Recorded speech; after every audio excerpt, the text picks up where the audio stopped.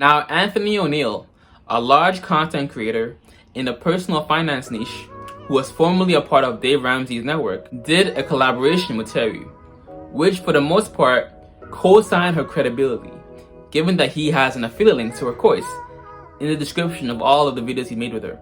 Now, I will applaud Anthony O'Neill for saying the following. So I have not been a fan of single stocks because studies show that nearly 78% of people who invest in single stocks tend to lose it. I do believe people tend to lose it because they have the lack of education. Yeah. Which is why I wanted to get you on the show. Because I do believe, however, after you do what I teach, okay, go ahead and get out of debt, get a fully funded emergency fund, and invest 15% of your money into a solid foundation, utilizing and taking advantage of your company matches on 401ks, taking the opportunity to get into an IRA. And so instead of for you going out here buying, the latest and greatest stuff, if you have some leisure money, instead of you doing it on a Gucci backpack, taking that $3,000, okay, you can come over here and do whatever you want. Yeah. If you want to do like cryptocurrency or whatever, I don't care. I don't do cryptocurrency. I don't do Bitcoin. I mean, I've never done single stocks either. Don't ever, Sean, lend me your ear, compromise your personal finance in the hopes of future business or investment profits. Nigga, you gotta be ashamed of yourself, nigga. Real talk. You gotta be ashamed of yourself. All as you is. Nigga, you gotta be ashamed of yourself, nigga. Real talk. You gotta be ashamed of yourself. All as you is. This is why on a $1,000 credit card limit, I highly suggest people never use more than $200 at a given time. If you have a large purchase, let's say it's $800, you transfer money to pay towards the credit card the same day, right? But otherwise, if you see your balance is at $250 or $210, before you use that credit card again, you pay it off or pay it down to like $50 or $100 and then use your credit card again. Having your own self-imposed credit card limit prevents you from over-leveraging yourself and getting into credit card debt. Sean, Why are you laughing for? What, Chris, why are you laughing for? Why are you laughing for? I'm being serious. No, you see, I'm talking facts here. I don't do if, buts and maybes. I do absolutes. Teri goes on to describe day trading as... And you got your fully funded, 15% over there. I'm curious to learn more about it. Yeah. So exactly, help my tribe out. Okay. What exactly is day trading? So the basics. So in high school, I ran a candy store. Okay. And I would buy blow pops Okay. at wholesale, like at Costco, for like 10 cents. Okay. Then I would go to school and I would sell them for 25 cents. Okay. Right? Bought low, sold high. Bought low, sold high. Yes. Okay. Literally, that's the same thing that I'm doing with stocks. Okay. So like right now on this $1 million trade, I bought Amazon low. Okay. It moved up $100. I'm gonna sell it high. Oh. Literally the same thing. So for an example, if you bought Amazon at $100 and let's say it's worth $200, you're selling it at $200, but you bought it at $100. Yes, and I get to make the difference. Okay. So that's All right. like literally what's happening. Okay. Now then the question becomes, okay, Teri, well, how do you know what price is good to buy it? That's when you do more things like you look at charts and look at past stock price movement. And then that's where I can know, okay, this is a place where big banks are buying. Yeah. And I can see, okay, Morgan Stanley is buying 1 million shares at $100. That's where I need to be. Or Goldman Sachs is selling at $200. That's where I need to sell. Okay. So like that's the behind the scenes, but literally it's just you're buying it at a certain price and then selling it at a higher price to make money. Basically the equivalent of Amazon FBA or Shopify dropshipping, where you buy a product at a wholesale price, or in this case, a stock for cheap, and sell it at a higher price later on. You buy stocks with the hopes of taking advantage of small fluctuations in the stock market. Teri goes on to say that you should invest or spend money on getting educated in the stock market. People start with $2,000. Yes. Okay, and I need you to be real with my people. Yep. Because I'm gonna check you if you don't. Again, okay. Oh, look at that, Teri. That's my girl. So the $2,000, let's go back to that. Okay, $2,000. If they have that investment, What do they two do? questions: what do they do, and is there a strong possibility that they can lose all of it? Great. Okay, so let's start first with what do they do? Yes. So honestly, what I would tell them to do is first get educated. Yep. Like spend some money on getting educated, because what'll happen is, and this may sound cliche, Okay. but what will happen is people will jump into Robinhood account or whatever account and they have no education and they'll try to figure it out on their own, and then they'll lose $2,000 Yeah. and they could have just used that on the front end to learn what to do. Yes. So I actually think when you first start, first investment should be some education around how to invest Yes. correctly. First of all, full stop, arrête. I'm calling you out. I'm so sick of these people. You know, oh! You'll need $4,500 after spending $2,500 on her non-VIP trade and travel program. To be honest, to be frank with y'all, when you look, yeah, I wouldn't spend more than $500 on any unlicensed guru online. Straight up. $500 is the max. Especially if their firm or company wouldn't be at risk if they gave you bad advice. I mean, the industry of course selling isn't really regulated. So like once they get you to buy their course or whatever, the risk is all on you now. they've done their job. They've marketed to you. Now it's just on you to live up to the other income claims and testimonials that she has had. It's one thing to be a viewer and watch content for free online. But if you are paying someone for investment or money making advice who is not a fiduciary, then you are basically hustling backwards and gambling. Wealth Simple describes a fiduciary as a person or organization who, acting in the best interests of another person or organization, is charged with managing assets on behalf of that individual or organizational clients. A fiduciary, pay very close attention to this part right here, a fiduciary is ethically and likely legally bound to make recommendations that are in the best interests of those to whom they have a fiduciary obligation. It's both to trading courses and to actual assets. There's a reason that you don't see financial advisors saying, guys, this stock is going to the moon. It's because they're heavily regulated, and that's incredibly unethical. And yet you can have people who made a cryptocurrency promote it as an incredible revolutionary investment opportunity that will make you a billionaire. And then, you know, when you challenge them, it's not financial advice. This is just a social experiment, if you will. But guys, one that will make you a lot of money.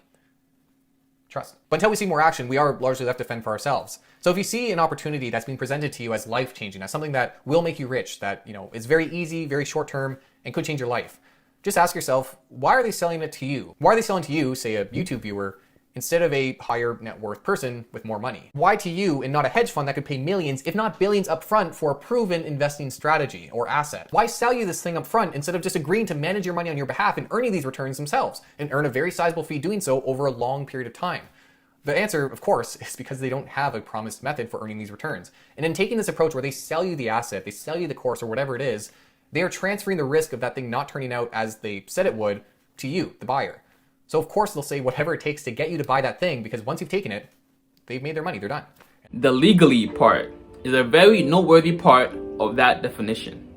Ethically and legally obligated to make recommendations in the best interests of their clients.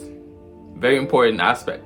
And then once they do that, the next thing is, okay, I want you to take $500 of it and put it into an account, like fund a brokerage account. That's step one. You have to open a brokerage account. Okay. A brokerage account is kind of like a checking account, but it's a checking account where you can actually invest in stocks. Okay. You know this, but just for anybody who doesn't. Absolutely. Let's do it.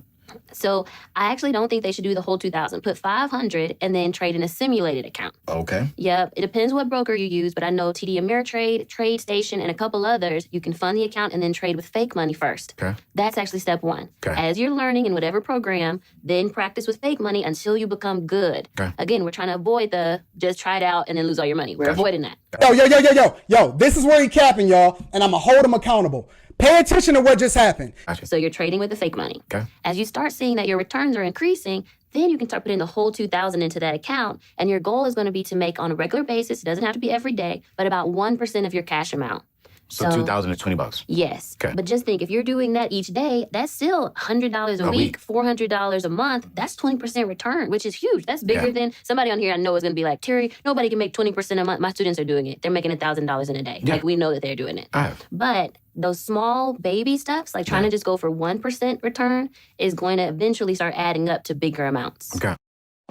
What you just said is one of the most insanely idiotic things I have ever heard. At no point in your rambling, incoherent response were you even close to anything that could be considered a rational thought. Everyone in this room is now dumber for having listened to it. I award you no points, and may God have mercy on your soul. So, if you invest $2,000 with Teri's trading methods, you'll get approximately a 1% return on your cash amount per day, which equates to about $20 per day. And the market is closed on weekends, so in a week, approximately $100 per week, utilizing Teri's secret trading methods. Sounds like a get-rich-quick scheme. Yes, thank you. You will get rich quick. We all will. And ultimately, Teri's methods will garner you $400 per month on the initial $2,000 in your brokerage trading account. So I guess for me, my biggest fear is they take that 2,000 and let's just say put it in there after you get education, which I believe you do provide the best education. I've seen your course. I respect your course. Can my people lose their money? Yes. Okay. So, and I'm just being honest. I appreciate you for being honest. Every investment, there's also a risk. Absolutely. So one of the big parts of my course is like the whole week 2. Like you get in first, I get you started, but then week 2, we're talking about risk management. Okay. So there is a big like plan in order to protect yourself from losing. Okay. One of those things is called a stop loss order. Okay. A stop loss is literally, it's an order type where if the stock starts falling, it'll take you out of the trade. Okay. So you can dictate how much you are going to lose. And I think that's where people get scared. They think they're just going to lose the whole 2,000. But if I put a stop loss in that says if I lose 100, take me out, the max I can lose is 100. But most people don't know that's available, that exists. So there are ways to protect your investment. Also, even before you get into the trade, you should be calculating your reward to risk ratio. So not your risk to reward. You start off with rewards to risk. See, I ain't no certified financial planner, so I'm gonna let the professionals handle this one. Run the tape, man, run the tape. I wouldn't recommend that. The nice thing about investing with professionals is there's a lot of regulations there to protect people for that specific reason, right? So, going to a bank for investment advice isn't sexy. And you're not going to go and get, plus 20% return. Right. That's the problem. People. So, going to a bank for investment advice isn't sexy. And you're not going to go and get, plus 20% return. Right. That's the problem. People want, hey, this guy down the street's promising me 50% a year, 100%, 200% a year. Exactly. But when they promise these returns, they also don't follow the right avenues to give you those returns, right? Like the people who say they can make you 1% a day or these crazy returns, they tend to do so through a course. But from my understanding, with her secret trading strategies, she'd make more money, substantially more money, managing the brokerage accounts of students and taking a percentage of the long-term profit, as opposed to just taking a flat upfront fee. Or through something. They're not actually going through the proper avenues to invest your money on your behalf. Like if these people really had a method for making these crazy sums of money, what they would do is they would register a business. They would go through the proper avenues and say, hey, like I have this perfect mechanism for making money. I'm going to do it for people through a legitimate business. And I guarantee the money made through that versus courses would be tenfold because you would attract clients, and the more money you manage, the more you would take away as a fee for managing their money and making it grow by such a large amount. So right. I mean, there's massive, there's funds opening up all the time and attracting new investors with great returns. And if you could even show a 3-year track record of really crushing the market, your ability to get funds goes through the roof. Of course. Yeah. And when you go through that route, but the reason why they don't obviously is because they don't have they can't do it. They don't have that method that proves that proven track record. And sometimes they are doing, misleading marketing that if they had a legitimate business, it wouldn't stand. Like my company as a fund manager can't go out and start, posing in front of Lamborghinis and private jets and say, we'll invest your money and this will all be yours. Like we would be sued in 2 seconds. But when you're only selling a course that technically doesn't guarantee anything, you have all the right disclaimers. You say, oh yeah, like you'll get all this. But in the fine print, you see, no guaranteed returns. They're not actually an advisor. Any investment decision you make is your own responsibility and not theirs. Like they're not really taking any, like their words are cheap. How 10,000 a week, not 10,000 a month. People are joining and making their 2,997 back in the first day. You can hire the best in the world. We are some of the best traders in the world. In the end, it's only results that matter. Nothing else matters. Oh no, is he talking about day trading? What is he talking about? Basically, yes. Day trading. And you'll see those are all the comments people were talking about their negative experience with his War Room Trading Academy. All right, I say this so many times. And this is just going to be about 1 million and one time saying this because people they can't get this in their head. Listen, people. Most professional day traders lose money. Okay? Understand what day trading is. Day trading is you trying to get inside the minds of other people. You don't actually care about the fundamentals of the company. You're not actually looking at the financial statements of the company. You're trying to guess what other people are going to feel about a company on any given day. I know there's people online who will show you all these charts and these candlesticks, and at the end of the day, you're still basically gambling. And you're doing this part-time. This isn't your professional job. There are people who all they do is stare at charts 24/7. Been doing it for years, and most of them lose money. What are the odds that you, a person who works a regular 9 to 5, that a couple of hours of YouTube every day is going to give you the information that you need to be able to beat the market and to get a return that's higher than a simple index fund? Stop wasting your time and your money trying to get rich day trading. And the worst of it's not going to happen to you. And the worst of all would be to utilize a loan or a business or credit card debt in the hopes of investing in this shit, right?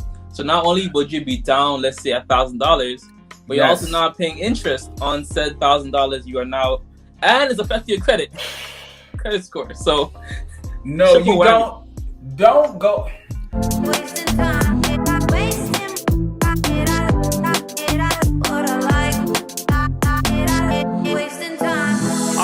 Back all the time that I've wasted. I wasted some time, but time it takes patience. Take time to different locations. Belfast kid, we don't talk to no stations. Sweet one till I move in rotation. Move with my team, can't move to complacent. Broke when I lived in the ends, become places. Toasted the ones that all said we won't make it. Life for the party when we step in, standard. 3 girls on me at the moment, hat trick. All my brothers living like kings, like fantastic. Can't be the only one winning, that's me lacking. I get love in my city, I'm rated. You ain't loved in your city, too basic. I don't care about here, been hated. Sipping on a